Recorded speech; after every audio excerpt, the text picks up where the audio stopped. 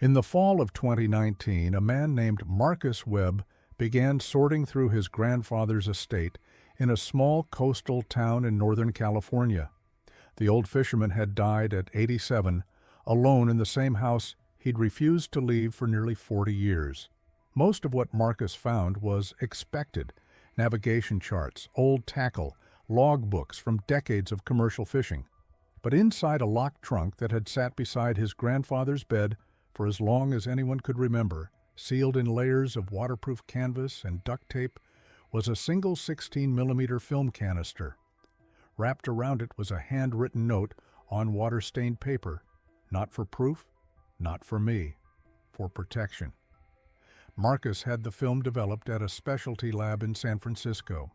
The reels were badly degraded, segments of emulsion had separated from the acetate base, sprocket holes had torn, entire sections were fogged by moisture damage. What remained were 11 clips of footage, totaling just over 18 minutes, shot across what the embedded date stamps suggest were 7 consecutive nights in June of 1983. Every frame was filmed from the deck of a small fishing boat at night in calm water. And in 9 of those 11 clips, something is watching from just beyond the reach of the boat's lights. The first time Marcus saw it, he thought it was a seal. The second time, he thought the film had been damaged in a way that created the illusion of a face. By the 4th clip, he stopped trying to explain it. In the clearest frame, timestamp reading June 9, 1983, 2:17 a.m., a humanoid figure floats upright in the water less than 10 feet from the camera, its head above the surface, its eyes reflecting the floodlight in a way that marine mammals' eyes do not. It does not behave like something caught by surprise. It behaves like something that has been waiting for the camera to be turned on. Marcus's grandfather, William Webb, had been a commercial fisherman for 34 years. In June of 1983, he returned from what his logbook records as a routine solo overnight trip and never went back out on the water. He sold his boat within the month. He refused to explain why. According to his daughter, Marcus's mother, he became withdrawn, sleeping during the day and sitting awake by the window at night. When asked what happened, he would only say, "Stay away from the water." When pressed, he'd leave the room. In the final decade of his life, he barely spoke at all. No one in the family knew the film existed. William never mentioned it, never tried to show it to anyone, never attempted to have it analyzed or released. He kept it in a locked trunk for 36 years and left no instructions for what should be done with it after his death. The note wrapped around the canister was the only explanation he ever offered, and it raises more questions than it answers. Protection from what? Protection for whom? And if this footage was never meant to be proof, what exactly was it meant to be? The film has now been digitized. We've had it examined by a video forensics analyst who confirmed there is no evidence of superimposition, post-processing, or digital manipulation, though the footage predates accessible digital editing by more than a decade.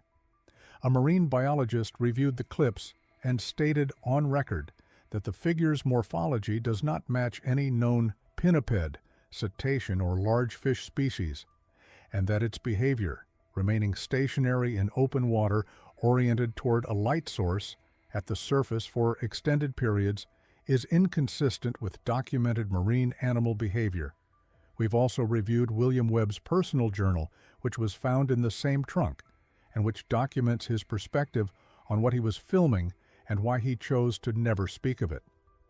What follows is the most complete account we can construct of what happened to William Webb across those 7 nights in 1983, using his footage, his written words, and the few details his family can still remember about the man he was before he stopped going to sea. This is the recording he took to his grave. This is why he warned everyone to stay away from the water. And this is what happens when you break 40 years of silence to show the world what you were never supposed to see. William Henry Webb was born in 1932 in Crescent City, California, and spent his entire working life on the water. His son-in-law, Robert Kehoe, described him as the kind of guy who knew the currents better than he knew his own street, and completely at ease offshore, in weather that would turn my stomach inside out. William ran a small commercial operation targeting rockfish and lingcod along the northern California coast, usually working alone or with a single deckhand, operating out of a 22-foot radon boat he'd purchased in 1971. His logbooks, which span from 1969 to June of 1983, are meticulous. Coordinates, weather, catch weights, fuel consumption, gear notes. They paint a picture of a man who treated the ocean as a profession, not a mystery. The final entry in his logbook is dated June 10, 1983. It records his departure from Crescent City Harbor at 1640, lists coordinates approximately 18 miles northwest of Point St. George, notes sea state as calm and visibility as good, and ends with the notation, returned early. There is no record of catch. The entry is shorter than any other in the book. After June 10th, the log ends. According to harbor records, William sold his boat on July 3, 1983, to a buyer in Brookings, Oregon, for $4,000, well below market value. He never purchased another vessel. He never applied for another commercial fishing permit. He stopped going to the harbor entirely. His daughter, Linda Kehoe, was 26 at the time. She remembers her father coming home that morning and refusing to speak about the trip. He wouldn't even look at us, she said, in an interview conducted in March of 2021. He went straight to his room, locked the door, and we didn't see him for 2 days. When he finally came out, he looked like he'd aged 10 years. I asked him what happened out there, and he just said, "I'm done with the water." I thought maybe he'd had a health scare, a heart thing, a stroke, something that scared him into retirement. But he wouldn't see a doctor. He wouldn't talk to anyone. What followed was a 40-year decline into isolation. William continued to live in the same small house on West Washington Boulevard, less than a mile from the harbor. But he stopped attending church, stopped participating in the Fisherman's co-op meetings, and cut off contact with most of his friends. He took a part-time job doing inventory at a hardware store, work that kept him inland and indoors. Robert Kehoe recalled visiting him in the early 1990s and finding all the curtains drawn during the day. He'd sleep while the sun was up and stay awake all night, Robert said. I asked him why, and he said he didn't like the quiet at night anymore. He needed to be awake to hear it. Hear what? Robert said. William never clarified. Linda described her father's warnings as obsessive but vague. Any time one of the grandkids talked about going to the beach, he'd get this look on his face, panic almost, and he'd say, "Stay away from the water." If we pushed him, asked him why, he'd shut down completely. Stop talking, leave the room, wouldn't engage for days. So eventually, we stopped asking. We just accepted that he'd become this paranoid, reclusive version of himself, and we didn't know why. There were no diagnoses of dementia or psychosis. William remained cogent, capable of managing his finances, and functional in day-to-day life. He simply refused to discuss the ocean, refused to go near it, and refused to explain why. Linda recalls one incident in 1996 when her son Marcus, then 7 years old, asked his grandfather to take him fishing. William's response was immediate and uncharacteristic. He grabbed the boy by the shoulders, looked him in the eyes, and said, "Don't ever ask me that again, and don't go out there alone. Promise me." Marcus promised. He never asked again. The locked trunk sat beside William's bed for as long as the family can remember. Linda said she asked about it once in the late 80s, and her father told her it contained private things and made her swear she wouldn't open it while he was alive. She honored that promise. When William died in August of 2019, peacefully, in his sleep, of congestive heart failure, the trunk was the first thing Marcus opened during the estate cleanup. Inside were 3 items: the film canister, a water-damaged journal with approximately 60 pages of handwritten entries and a folded navigation chart with a single set of coordinates circled in red ink. The coordinates correspond to a location 18 miles northwest of Point St. George in approximately 240 feet of water over a region of rocky substrate and submerged ridges. It matches the last location recorded in Williams' logbook. The journal's first entry is dated June 4, 1983, 6 days before his final voyage ended. The last entry is dated June 10, 1983, and consists of a single sentence. "I can't go back." Marcus Webb made the decision to have the film developed in October of 2019. He did not tell his mother until after he'd seen it.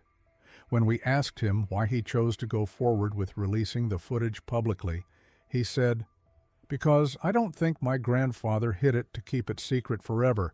I think he hid it because he didn't know what else to do with it. And I think he wanted someone, eventually, to understand why he spent 40 years afraid of the water." The film begins on the night of June 4, 1983. The first clip is 23 seconds long, and in the background, just beyond the light, something is already there.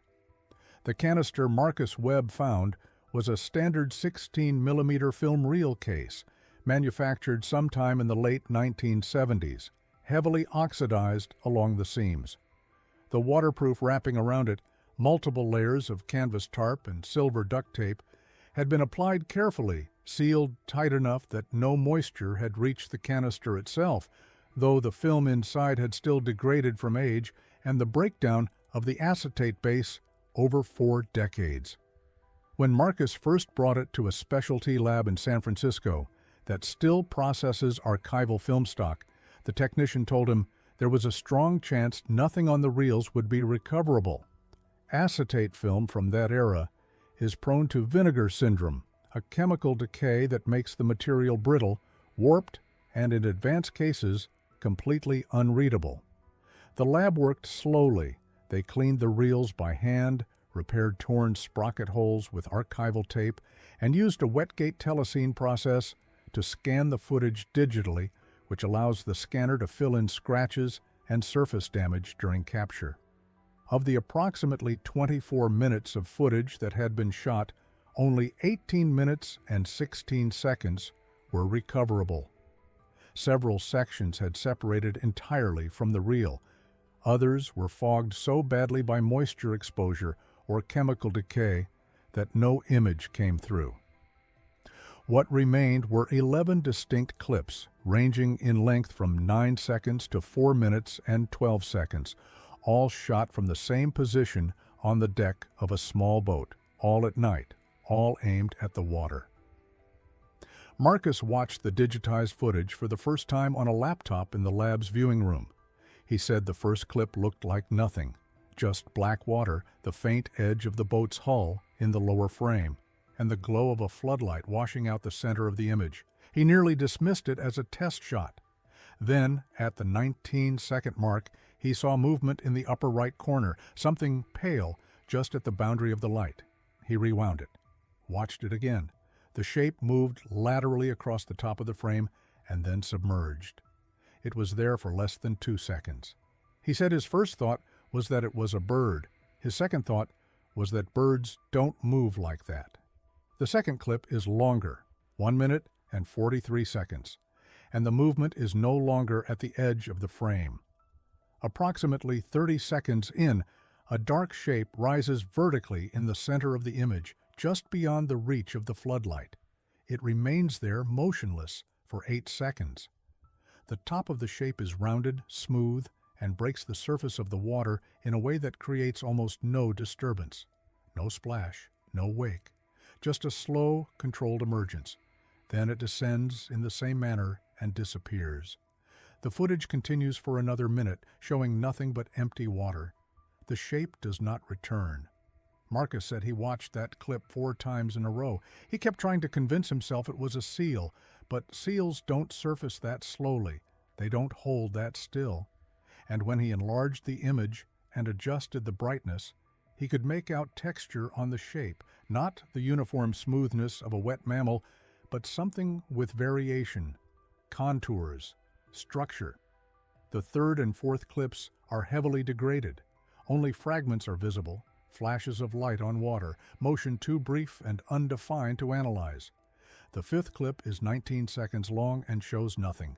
Just the boat, the light, the water.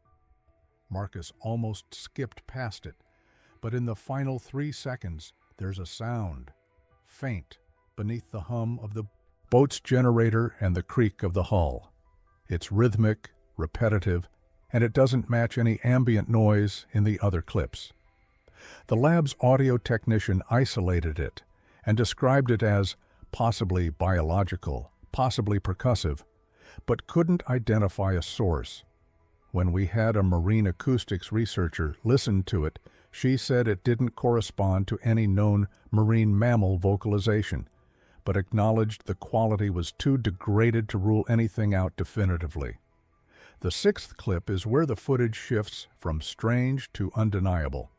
It was shot on the night of June 7th, according to the date stamp, at 1:33 a.m. The clip is 2 minutes and 9 seconds long.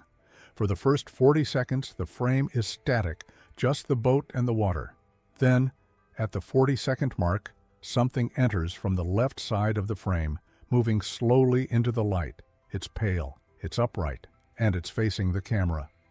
Marcus said that was the moment he stopped trying to rationalize it. The figure is suspended vertically in the water, its upper body fully visible above the surface. The head is humanoid in proportion, ovoid, smooth, with no hair or protrusions. The face is angled slightly upward toward the boat, and though the resolution is poor and the distance makes fine detail impossible, 2 dark features are clearly visible where eyes would be. The figure does not thrash, it does not sink, it remains in place, buoyant, as if it's standing on something beneath the surface, though the depth in that location is over 200 feet. For 23 seconds, it does not move. Then it tilts its head. The motion is subtle but deliberate, not the drift of a floating object, a gesture. At the 1-minute 14-second mark, the figure raises something from the water, an arm or a limb. The appendage is longer than a human arm, and at the end of it is a hand-like structure with elongated digits. The limb extends forward toward the boat and holds there. Marcus described it as an offering, or a greeting, or a question. The camera does not move. The fisherman, his grandfather, kept filming. 8 seconds later, the limb lowers back into the water, and the figure descends vertically with the same controlled, unnatural slowness. It does not resurface during the remainder of the clip. The 7th clip is the clearest. Timestamp: June 9th, 1983, 2:17 a.m. 4 minutes and 12 seconds of footage. The figure is already in frame when the clip begins, positioned approximately 10 feet from the starboard side of the boat, centered in the floodlight. The exposure is better in this clip. The light is angled slightly downward, reducing the glare, and the figure is close enough that detail is visible even in the degraded footage. The head is smooth, but not featureless. The dark areas where the eyes should be are set in shallow depressions, and they reflect the light in brief, bright pinpoints when the figure shifts its angle. The shoulders are narrow and slope downward into long arms that hang at its sides, partially submerged. The skin, or the surface of whatever covers it, is pale, mottled, and textured in a way that suggests either scarring, patterning, or a non-smooth integument. For the first 90 seconds, the figure remains almost completely still. Only its head moves, slight tilts, small adjustments in orientation, as if tracking the camera or the person behind it. Then, at the 2-minute mark, it raises both arms. The movement is slow, deliberate, and symmetrical. The hands break the surface. Each hand has 4 visible digits, elongated and webbed. The figure holds them there, palms facing upward, in a posture that Marcus described as unnervingly human. It looks like someone waiting to receive something, or showing that they're unarmed. At 2 minutes and 37 seconds, the figure's head tilts sharply to the right. The motion is fast, faster than any other movement in the footage, and it holds the tilted position for several seconds. Then it tilts back, then left. The gestures are exaggerated, almost mechanical, and they give the impression of someone trying to communicate across a gap they don't know how to bridge, or copying something they've seen but don't fully understand. At 3 minutes and 51 seconds, the figure begins to sink.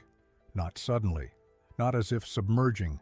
It descends in place, maintaining its upright orientation, its arms still raised, until the water reaches its chin, then its eyes, then the top of its head. The last thing visible is the crown of its skull, pale and smooth, before it drops below the surface and disappears.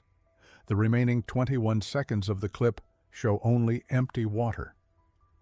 Marcus Webb said he sat in the lab's viewing room for nearly an hour after watching that clip, trying to decide whether to tell anyone.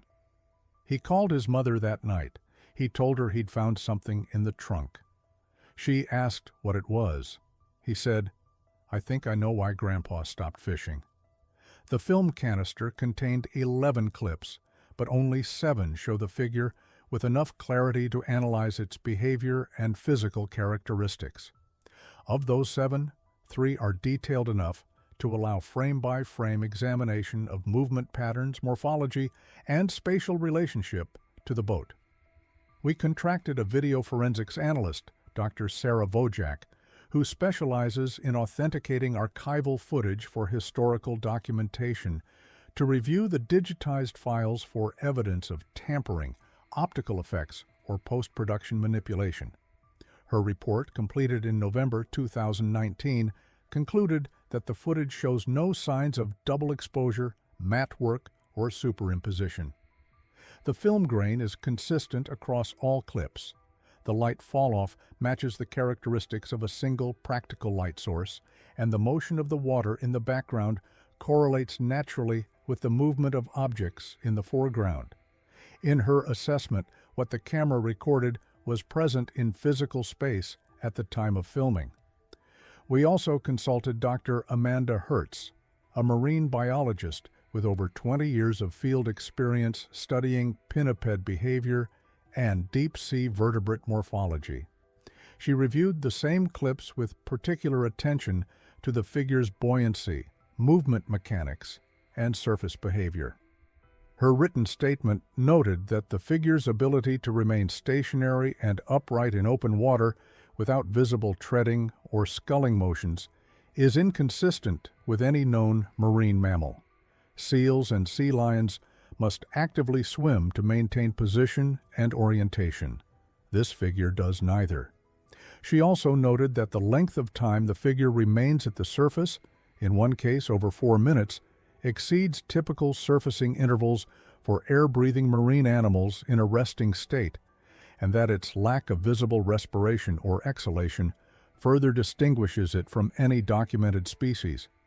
The earliest usable footage is from June 4, 1983. The clip is 23 seconds long, shot at 22:46 according to the date stamp. The camera is stationary, mounted or braced on something solid, aimed at the water off the starboard side.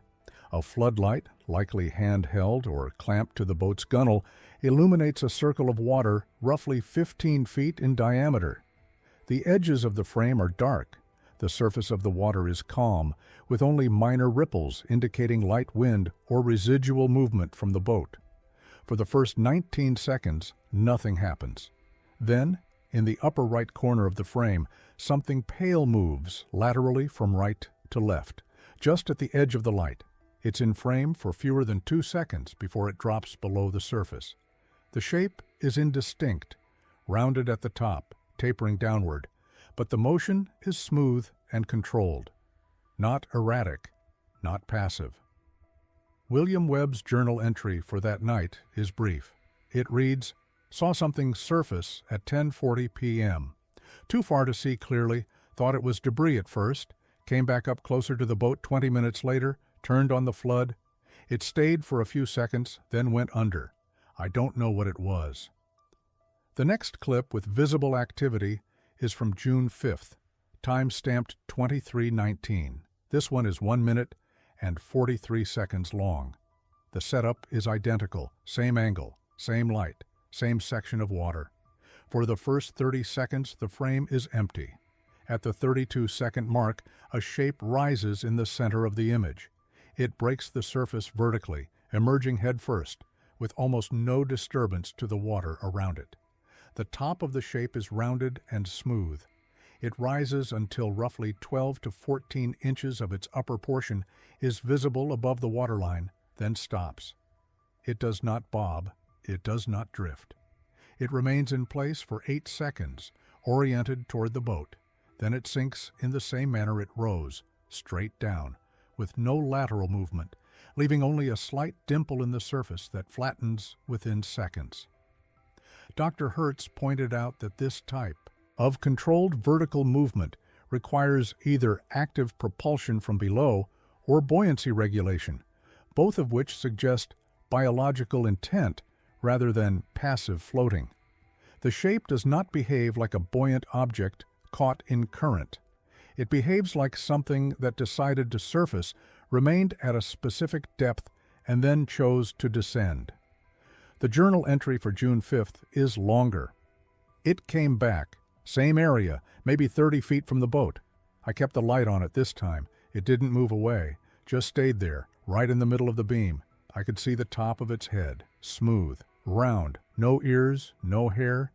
It stayed up for maybe 10 seconds, then sank straight down, like something pulled it under. I filmed it. I don't know why. I don't know what I'm supposed to do with this. There is a 3-day gap in the footage. June 6th is represented by a single clip too degraded to show anything useful. June 7th contains 2 clips. The first is a fragment, only 9 seconds long, showing a brief flash of movement, too distant and poorly lit to identify. The second is the clip Marcus described as the turning point, the one where the figure enters the frame from the left and stops, facing the camera. The clip is 2 minutes and 9 seconds. The figure appears at the 42-second mark. It moves into the light slowly from the left side of the frame and stops when it reaches the center. Its positioning is precise. It does not drift past the center and correct. It stops exactly where the light is brightest. The upper third of its body is above the waterline. The head is ovoid, smooth, and tilted slightly upward. The angle suggests it is looking at the boat, or at the light, or at the person holding the camera.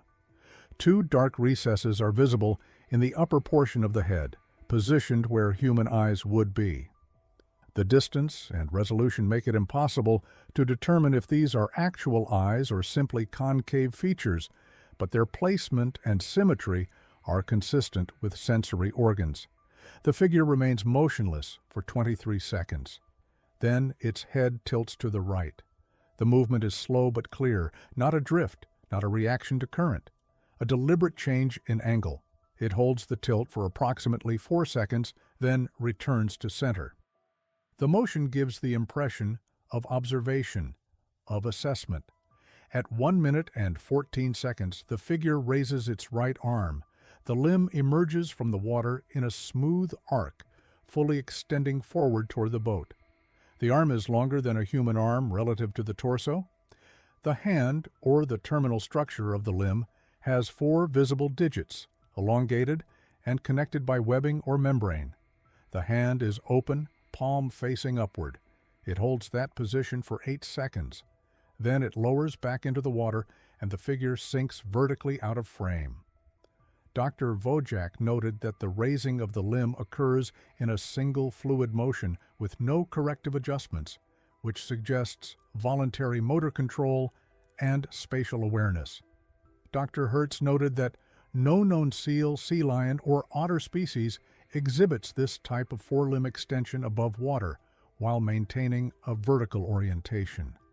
The behavior has no clear analog in marine mammal literature. William Webb's journal entry for June 7th. It's not an animal. I don't know what it is, but it's not an animal. It came right up to the boat tonight, close enough that I could see its hands. It has hands, 4 fingers, webbing between them. It raised one up like it was reaching for me or showing me. I filmed the whole thing. I kept the camera steady. I don't know why I'm not scared. I should be scared. But it's not acting like a threat. It's acting like it wants something, like it's waiting for me to understand. The footage from June 9th is the longest continuous clip and the clearest in terms of lighting and focus. 4 minutes and 12 seconds. The figure is already in the frame when the recording begins, positioned approximately 10 feet from the starboard side, centered in the floodlight. The exposure is significantly better than in previous clips. The light source has been repositioned, angled slightly downward, reducing glare and improving contrast. For the first time, fine detail is visible. The head is not featureless. The surface has texture, irregular, mottled, with patches of slightly darker pigmentation. The two recesses in the upper face are set in shallow orbital depressions and appear to catch and reflect.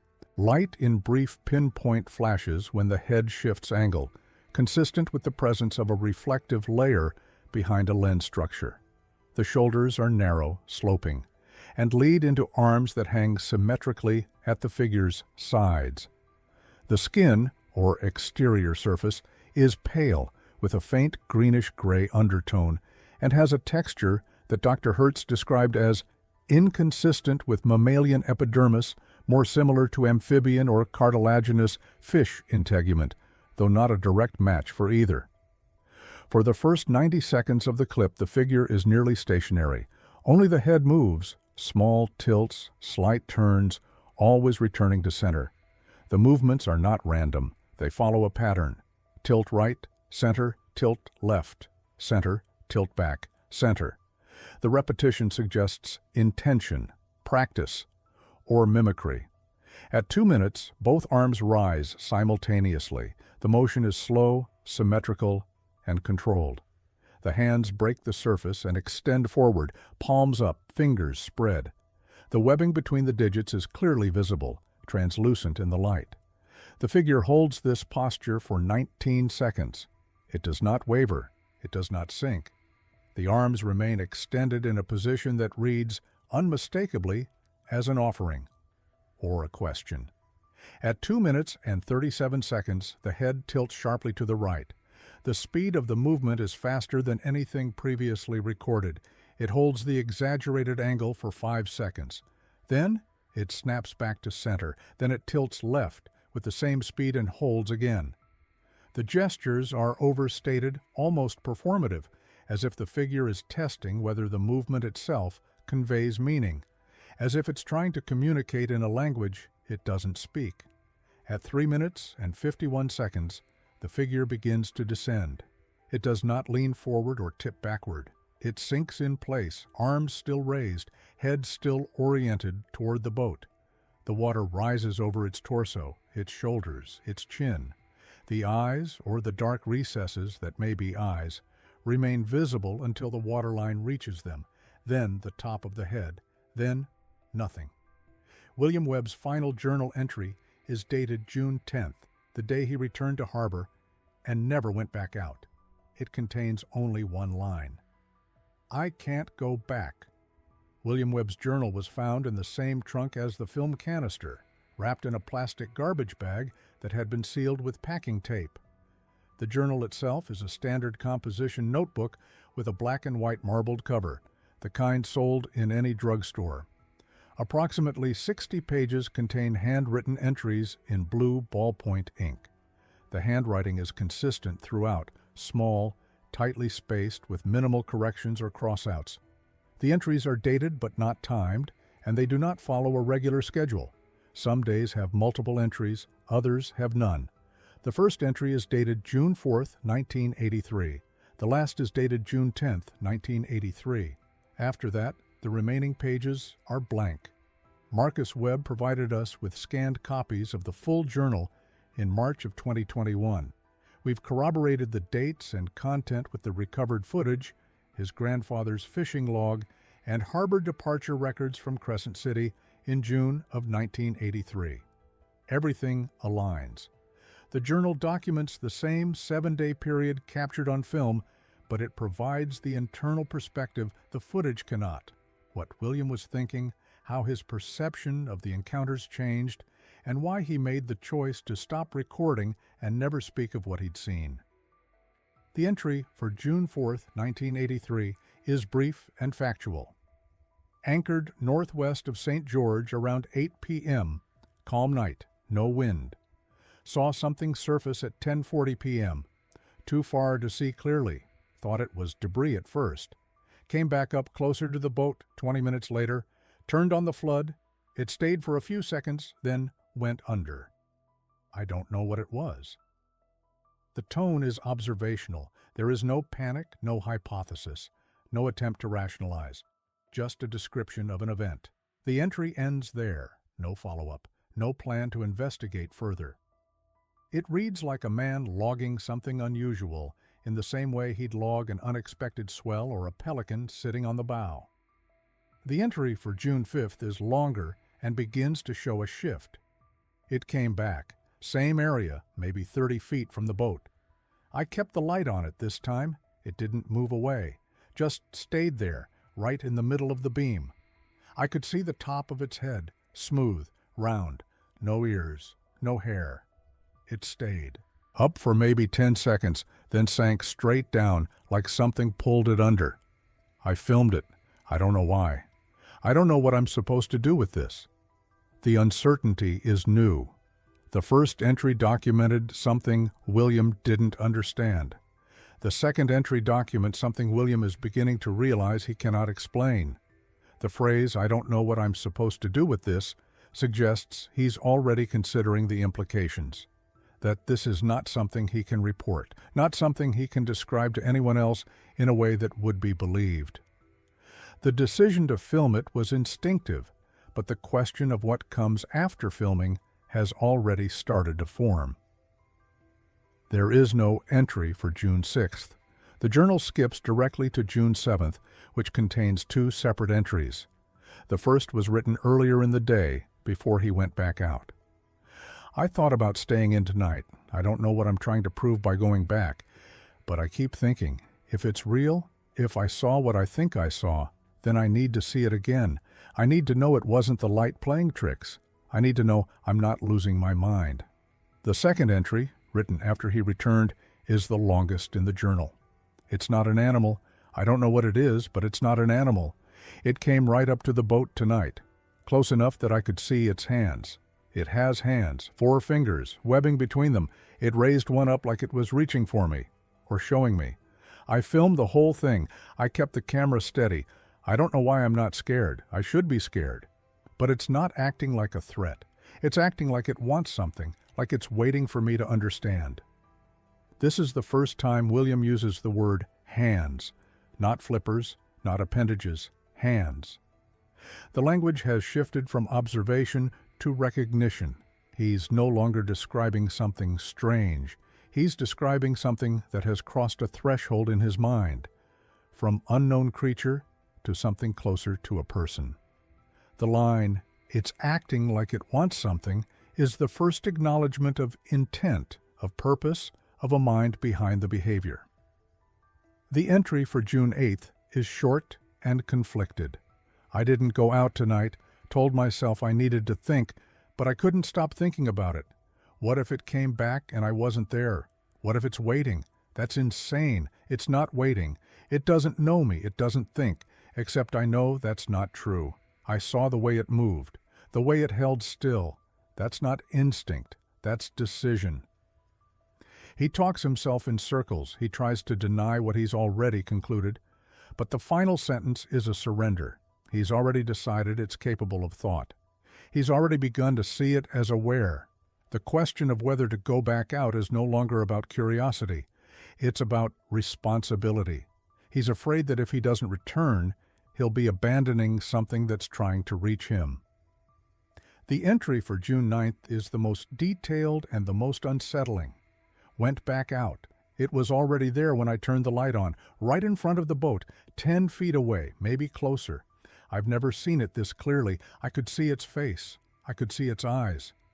They reflected the light, just for a second, but I saw it. It wasn't looking at the water or the boat.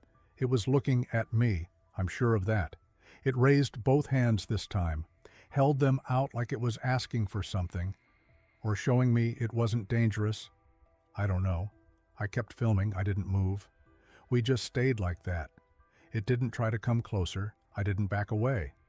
And then it started moving its head, tilting it, left, right, back, like it was copying something, like it was trying to figure out how I move. I think it's been watching me this whole time, not just tonight, every night, learning. The word learning is the turning point. William is no longer documenting an encounter. He's documenting a relationship. He's assigning motive, continuity, memory. He's concluded that the figure has been observing him across multiple nights, that it remembers him, that it's developing a strategy for interaction. Whether that conclusion is accurate or not, it's the conclusion William reached. And it's the one that shaped everything that followed. The entry for June 10th, the final voyage, is a single sentence. I can't go back. There is no explanation, no description of what happened that night, no account of why the decision was made. The footage from June 10th does not exist. Either it was never filmed, or it was destroyed, or it degraded beyond recovery. The only evidence we have of that night is the logbook entry noting his return to harbor and the fact that he never went out on the water again. Marcus Webb asked his mother if William ever explained what happened on the last trip. She said he didn't. She said the only thing he ever told her years later, after she'd stopped asking, was this: "Some things survive because no one knows they're there, and if you care about them, you keep it that way." Linda Kehoe remembered that conversation because it was one of the few times her father spoke about the ocean at all in the decades after he stopped fishing. She asked him what he meant. He wouldn't say. But she remembered the way he looked when he said it. Not afraid, not angry, sad. The journal offers no resolution. It offers no clarity about what William concluded or what choice he made. But it offers something more important. Evidence that he did not stop filming because he was terrified. He stopped because he believed continuing would put something at risk. Whether that something was himself, his family, or the figure in the water, we cannot know. But the pattern is there, the escalation is there, and the silence that followed suggests that whatever he decided on June 10th, 1983, he believed it was the only decision he could live with. The footage from June 9th, 1983, time-stamped 2:17 a.m., is the most detailed recording William Webb made. It is also the last clip in the recovered film that shows the figure clearly enough to analyze its physical structure and behavior in forensic detail. The clip runs 4 minutes and 12 seconds. Unlike earlier recordings where the figure entered and exited the frame, in this clip, the figure is already present when recording begins and remains in frame for the entire duration until it descends at the 3-minute 51-second mark. The positioning, lighting, and stability of the camera suggest this was not a chance encounter. William knew it would be there. He was ready. Dr. Sarah Vojak's forensic analysis noted that the camera in this clip is mounted or braced, not handheld. The frame is steady. There is no shake, no pan, no zoom. The floodlight has been repositioned since the previous night's recording, angled slightly downward to reduce glare off the water's surface and improve contrast on the subject. The exposure is better balanced. The focus is sharper. These are not the characteristics of someone reacting in the moment. These are the characteristics of someone who has prepared to document something they expect to see again. The figure is positioned approximately 10 feet from the starboard side of the boat, centered in the cone of light. Its body is oriented vertically, with the upper third, head, shoulders, and upper torso, visible above the waterline. The posture is stable. There is no visible treading, no sculling motion with limbs, no bobbing or swaying that would indicate active effort to remain afloat. Dr. Amanda Hertz noted in her review that this type of stationary buoyancy in open water, maintaining a fixed vertical orientation for over 4 minutes, does not correspond to any known behavior in seals, sea lions, or other semi-aquatic mammals. It suggests either an anatomical adaptation for neutral buoyancy at a specific depth or a method of propulsion too subtle to register visually on degraded film. The head is ovoid, smooth-surfaced, and proportionally large relative to the narrow shoulders. The crown is rounded with no protrusions, no external ears, no hair, no dorsal ridging. The surface texture is irregular, with mottled pigmentation in patches of pale gray-green and darker greenish-brown. Dr. Hertz observed that the texture resembles neither mammalian skin nor the smooth integument of cetaceans, but has qualities more consistent with amphibian epidermis or the dermal denticles found in cartilaginous fish, though she emphasized that the resolution and film quality make definitive classification impossible. Two dark recesses are present in the upper portion of the head, positioned symmetrically, where human eyes would sit. The recesses are set in shallow depressions, suggesting orbital structures beneath the surface. At multiple points in the footage, specifically at the 43-second mark, 1 minute 18 seconds, and 2 minutes 9 seconds, brief pinpoint reflections of light occur within these recesses when the figure shifts its head angle. The reflections are consistent with a tapetum lucidum, a reflective layer behind the retina common in nocturnal and deep-sea animals that enhances low-light vision. The presence of this feature supports the interpretation that these are functional eyes, not hollow cavities or pigmentation patterns. The shoulders are narrow and slope downward at an angle more pronounced than in human anatomy. The arms are long, longer proportionally than human arms, and hang symmetrically at the figure's sides for the first 90 seconds of the clip. The limbs are partially submerged, with only the upper portions visible above the waterline, making it difficult to assess their full length or the structures below the elbow joint. The skin tone on the arms matches the head and torso, pale, mottled, textured. At the 2-minute mark, both arms rise in unison. The motion is smooth, controlled, and symmetrical. There is no tremor, no hesitation. The arms extend forward and upward in a deliberate arc until both hands break the surface and stop, suspended in the air, palms facing upward. The hands remain in this position for 19 seconds. The fingers, 4 per hand, are elongated, each measuring roughly 6 to 8 inches, based on proportional analysis of the frame. Webbing connects the digits from base to first joint, visible as a translucent membrane that catches and diffuses the floodlight. The webbing is not uniform. It appears thicker near the base of the fingers and thinner toward the tips, consistent with functional webbing designed to increase surface area for propulsion rather than vestigial tissue. The positioning of the hands, palms up, fingers spread, is a posture that carries meaning in human body language. It signals openness, non-aggression, or offering.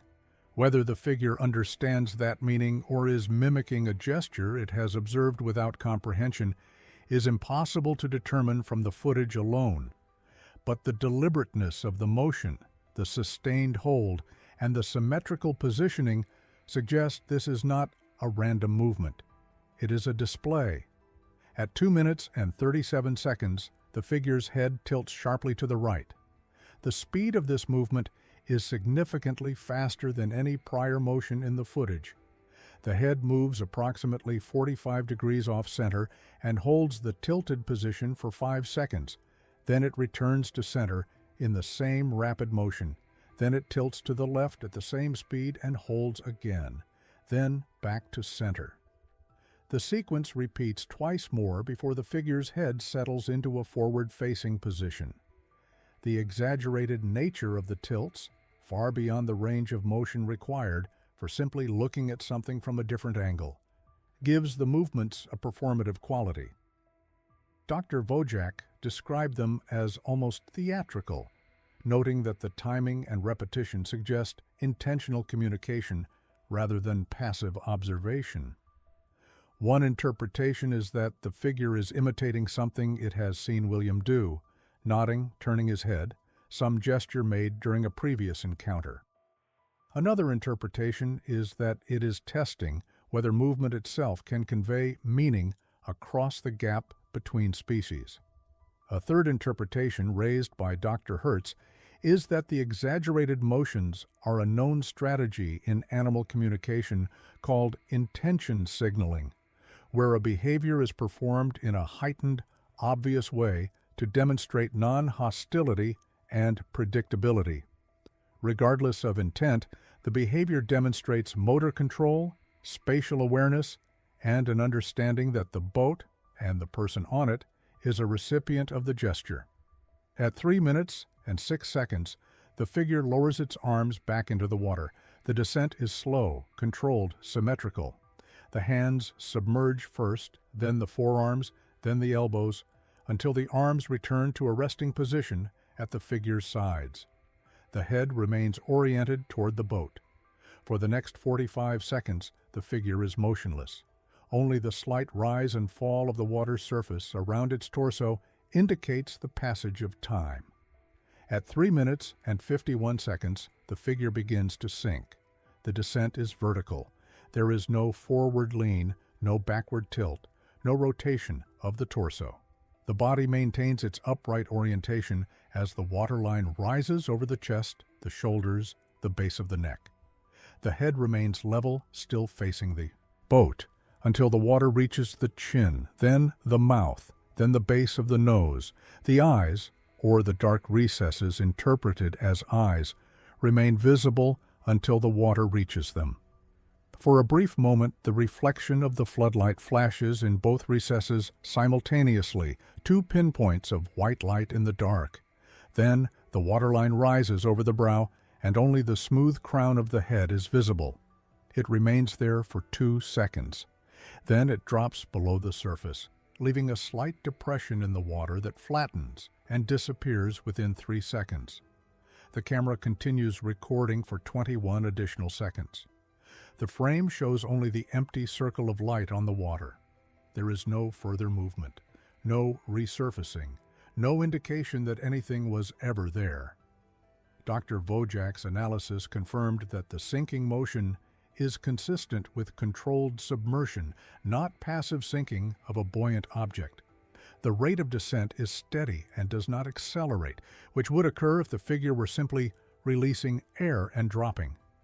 Dr. Hertz noted that the ability to descend vertically without tilting forward or backward suggests either active propulsion from a lower limb structure, not visible in the frame, or anatomical adaptations for precise buoyancy control, such as a swim bladder or voluntary regulation of lung volume. She emphasized that no semi-aquatic mammal demonstrates this type of descent behavior. William Webb's journal entry for June 9th describes this encounter in detail, and his language confirms what the footage suggests. He interpreted the gestures as intentional communication. He wrote, "It raised both hands this time, held them out like it was asking for something, or showing me it wasn't dangerous. I don't know. I kept filming. I didn't move. We just stayed like that. It didn't try to come closer. I didn't back away, and then it started moving its head, tilting it, left, right, back, like it was copying something, like it was trying to figure out how I move. I think it's been watching me this whole time, not just tonight, every night, learning." The word learning is the critical shift. William is no longer describing an animal exhibiting instinctive behavior. He is describing an intelligence adapting its behavior based on observation. Whether his conclusion is accurate or anthropomorphized projection cannot be determined. But the footage supports the possibility. The figure's behavior escalates across the 7 nights. The approaches become closer. The gestures become more deliberate. The interactions become longer. If this is learning, then it is learning directed at a specific goal, establishing contact, conveying intent, or testing whether communication is possible. The footage from June 9th is the last clear recording. There is no footage from June 10th. William's logbook records that he departed harbor on the evening of June 10th and returned early the following morning. His journal entry for that day contains only the sentence, "I can't go back." He sold his boat 3 weeks later and never returned to the water. We do not know what happened on June 10th. We do not know whether the figure appeared again, whether something changed, or whether William simply reached a threshold he could not cross. But the progression documented in the footage and the journal suggests that by June 9th, he had moved past fear and past curiosity into something more complicated, recognition of an awareness that mirrored his own, and the knowledge that continuing to document it would require a choice he was not prepared to make. The footage ends with the figure descending into darkness. William's life after that night was defined by silence, and the film he kept locked in a trunk for 36 years was left without explanation, without instruction, and without resolution. What remains is the clearest image we have of something that should not exist, behaving in ways that suggest it knew it was being watched and chose to be seen. The 11 clips recovered from William Webb's film do not show a single entity returning to the same location across 7 nights. Close examination of the footage reveals a pattern that William documented in his journal but never fully articulated. Early clips show one figure, but later recordings show more. Marcus Webb was the first to notice. He was reviewing the footage chronologically in April of 2020, nearly 6 months after the film had been developed, when he realized that the clip from June 8th, one of the partially degraded segments he'd initially dismissed, contained movement in 2 separate areas of the frame. He isolated the clip and adjusted the exposure. At the 12-second mark, a shape is visible in the left third of the frame, partially submerged. At the 19-second mark, a second shape appears in the right background, farther from the boat, just at the edge of the light's reach. Both shapes exhibit the same controlled surfacing behavior documented in earlier footage. Both remain stationary for several seconds before descending. Neither moves toward the other. We had Dr. Wojak review the clip to confirm the shapes were not artifacts of film degradation or double exposure. She verified that both figures are present in the original frame, that their positions correspond to different depth planes in the water, and that their movements occur independently. Her report concluded 2 distinct subjects, both exhibiting similar morphology and behavior, visible simultaneously in frame. No evidence of optical duplication or post-production manipulation. The footage from June 9th, the clearest and longest clip, shows only one figure, but the clip from June 10th, which we initially believed did not exist, was recovered in fragments during a second-pass scan of the most degraded sections of the reel. The footage is severely compromised. Entire portions of the frame are obscured by emulsion separation and moisture damage. What remains is 18 seconds of partial image, timestamp reading, June 10th, 1983, 1:52 a.m. 4 figures are visible. All are positioned at different distances from the boat. All are oriented toward the camera. The closest is approximately 8 feet from the starboard side. The farthest is at the extreme edge of the frame, barely within the cone of light. None of them move during the 18 seconds of usable footage. They simply remain there, motionless, watching. William's journal entry for June 8th reads, "There were 2 of them tonight. I only saw the first one at first, same as always. Then I turned the light farther out, and there was another one, farther away, staying back. I don't think it wanted to come closer. I think the first one brought it. I think it wanted me to see that it wasn't alone." The entry for June 9th makes no mention of multiple figures, and the footage from that night shows only the single entity that approached within 10 feet of the boat and performed the extended series of gestures. But the phrasing in the journal is notable. I think the first one brought it, not another one appeared. Brought. Intentional. Deliberate. William interpreted the presence of a second figure not as coincidence, but as a choice made by the first. The journal contains no entry describing June 10th in detail, only the final line, "I can't go back." But the fragmented footage from that night suggests what may have driven that decision. The single figure that had approached him across 6 nights had become 4. The solitary encounter had become a gathering. Dr. Hertz reviewed the June 10th footage and noted that the positioning of the figures suggests coordinated behavior rather than random congregation. They are spaced at intervals, arranged in a rough arc around the boat, all facing inward. The formation is not chaotic, it is structured. She stated, "If these are independent animals converging on a food source or responding to environmental stimulus, we would expect clustering, competition for position, or dynamic movement. What this footage shows is spatial organization and sustained orientation toward a single focal point, the boat. That implies communication, hierarchy, or shared intent." Marcus Webb said, the first time he saw the 4 figures in frame simultaneously, he understood why his grandfather never went back. "It's one thing to see something strange and not know what it is," he said. "It's another thing to realize it's calling others, that it's showing you to them, that you've stopped being the observer and become the observed."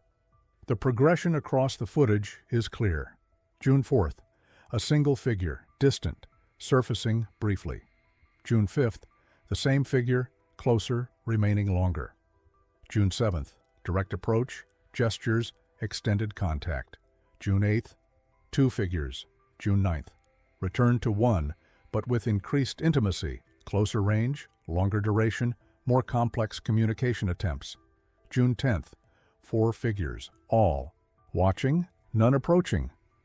The pattern is not random, it is escalation, or preparation, or introduction.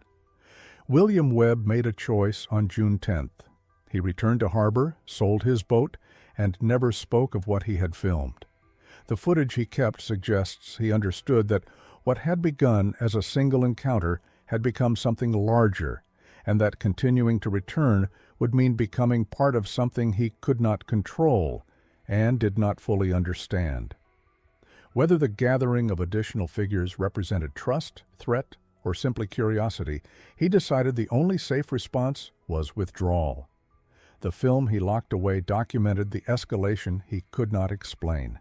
The silence he maintained for 36 years protected something, whether it was himself, his family, or the figures in the water. And the coordinates he circled on the navigation chart, 18 miles northwest of Point St. George, marked the location where something beneath the surface learned that humans could be approached, studied, and remembered. Marcus Webb has not visited those coordinates. He has chosen not to. But the footage is now public, the location is known, and the question remains, if they gathered once, are they still there? William Webb's silence lasted 36 years. He did not report what he filmed to harbor authorities, marine research institutions, or local wildlife agencies. He did not attempt to sell the footage or seek verification from experts. He made no effort to return to the coordinates where the encounters occurred, either to document further activity or to confirm the figures had gone. He locked the film in a trunk, refused to discuss the voyage that ended his career, and spent the rest of his life deflecting questions with warnings his family could not interpret. The choice to remain silent was absolute, but the journal and the film itself suggest his reasons were more complicated than fear. The note wrapped around the canister read, "Not for proof, not for me, for protection." The phrasing is deliberate. If the film was not meant to serve as proof, then William did not intend it to verify the existence of what he had documented, not to scientists, not to the public, not even to his own family. If it was not for him, then he did not preserve it for personal validation or as evidence he could point to in his own defense if his silence were ever questioned. The only justification he offered was protection, but protection of what or whom he never clarified. One interpretation is that he feared exposing the figures to harm. His journal entry from June 9th describes the entity's behavior as non-threatening, curious, and deliberate. His entry from June 8th suggests he believed the first figure intentionally brought others into view. If he understood the encounters as acts of trust, or at minimum, calculated risk on the part of an intelligent species testing whether contact with a human was safe, then documenting and publicizing that contact could have the opposite effect. Exposure would bring boats, nets, cameras, weapons. It would turn a remote location into a site of intrusion. William had spent his entire adult life on the water.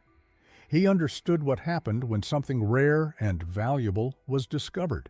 He knew that wonder does not protect things. Silence does. Marcus Webb recalled a conversation with his mother in which she described her father's reaction to a 1991 news story about a fisherman in Oregon who claimed to have seen something unusual near his boat. William watched the segment in silence, then turned off the television and said, "That man just killed it." When Linda asked what he meant, he would not explain. But Marcus believes the statement was literal, not that the fisherman had harmed the creature, but that speaking about it publicly had ensured it would be found, pursued, and destroyed by those who came looking. A second interpretation is that William feared for his own safety or the safety of his family.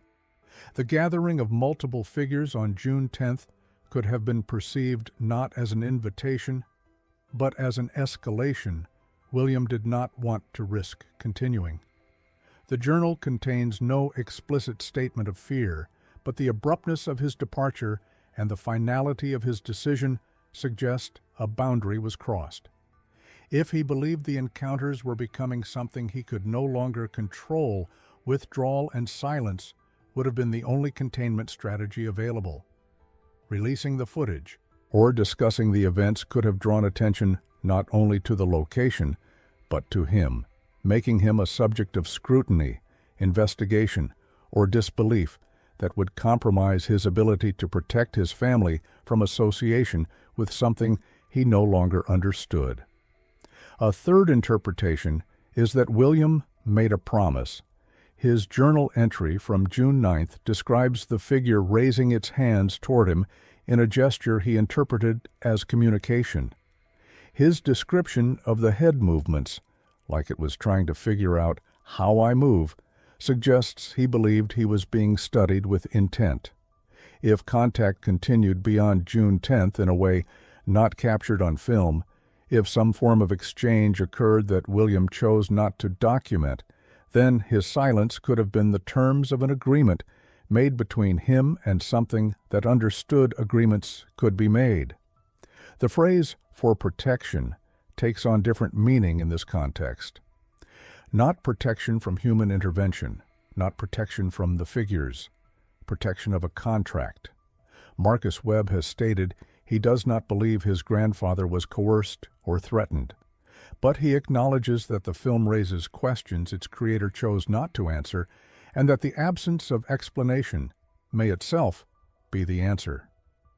If he'd wanted people to know, he would have told someone while he was still alive, Marcus said. The fact that he didn't means he believed silence was the right choice, maybe the only choice. And breaking that silence now, that's on me. I don't know if I'm honoring him or betraying him. But I think he kept the film because he knew, eventually, someone would have to decide. The family stories about William's warnings, "stay away from the water," were always interpreted as paranoia or trauma.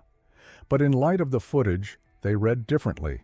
He did not tell his family what to fear. He told them where not to go. He drew a boundary. And he spent 40 years enforcing it, not through explanation, but through silence that made questions impossible to sustain. His reclusiveness, his refusal to fish, his nighttime vigilance, these were not symptoms of collapse. They were strategies of containment. William Webb died in 2019 without ever speaking about June of 1983. The film he preserved was hidden carefully enough to survive 4 decades, but not so carefully that it could never be found. The journal was left in the same trunk. The coordinates were circled on a chart that was not destroyed. He did not make it easy to find the truth, but he did not make it impossible. And that suggests the silence was never meant to be permanent, only delayed, until he was gone, until the choice of what to do with the footage belonged to someone else. Marcus Webb has not returned to the coordinates his grandfather circled on the chart. He has not chartered a boat, has not contacted researchers to conduct follow-up investigation, and has not visited the location, even in daylight. But since the footage was released publicly in June of 2021, he reports experiences he cannot explain and does not want to rationalize. He describes them carefully, without embellishment, in the same measured tone his grandfather used in the journal entries. He dreams of deep water, not drowning, just depth, darkness below him that feels inhabited. He wakes certain he has been called to return to a place he has never been. The footage is public now, the location is known, and the silence William Webb carried to his grave has been broken by the grandson who found what was never meant to be seen. Whether that choice was right, we may not know for decades, or until something returns to the surface and makes the question irrelevant.